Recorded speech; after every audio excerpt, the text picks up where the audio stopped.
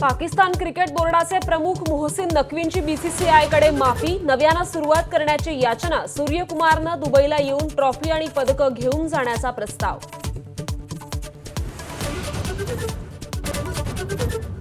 उद्धव ठाकरेंची आज दुपारी 4 वाजता पत्रकार परिषद, शिवाजी पार्कवर उद्या होणाऱ्या दसरा मेळाव्याच्या पार्श्वभूमीवर काय बोलणार याची उत्सुकता.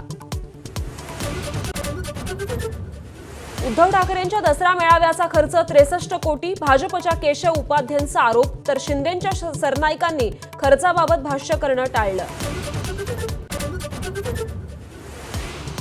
उद्धव ठाकरेंच्या शिवसेनेचा दसरा मेळाव्यावर पाऊस, चिखल आणि साचलेल्या पाण्याचं सावट. मेळावा उद्यावर, पण शिवाजी पार्कात पाण्याचं तळं कायम.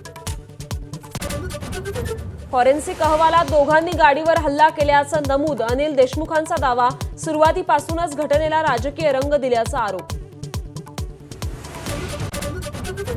राष्ट्रीय स्वयंसेवक संघाच्या दिल्लीतील शताब्दी समारंभात पंतप्रधान नरेंद्र मोदींची उपस्थिती, विशेष टपाल तिकीट आणि नाण्याचं अनावरण.